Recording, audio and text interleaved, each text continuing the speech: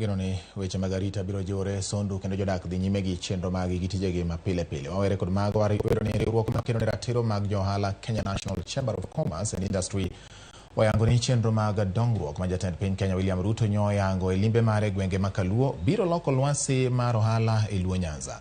Jatatije mar riwruogno Patrick Nyangweso wacho ni thoth chenro mag gedo mag apaya ma jatend piny osingo biro kelo yot mag wuoth ne mwandu to kata mana dhano bende kendo biro miyo timo ohala bedo mayot.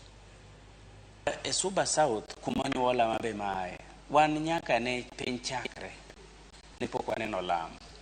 To the first time manyaneno ka president bro yawnwa lam koro mano gik mbita ne oa mbita to wa dhi sindo to wa sindo to dhi magunga to wa magunga to dhi sori.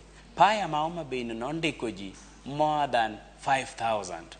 Sani odhi ndiko over 10,000. To mano ng'eni cash flow madhi bede Homa Bay to konyo sama mano entiere mbita ogerore, sama entie Kisumu ogerore, sama entiere the part of Siaya kidok ka koridok Rarieda, the beaches gite kapaya ma Homa Bay tiyo mano ogerore, Kindu Bay gine ogerore nikech sama meli go Homa Bay kacha okelo mwandu.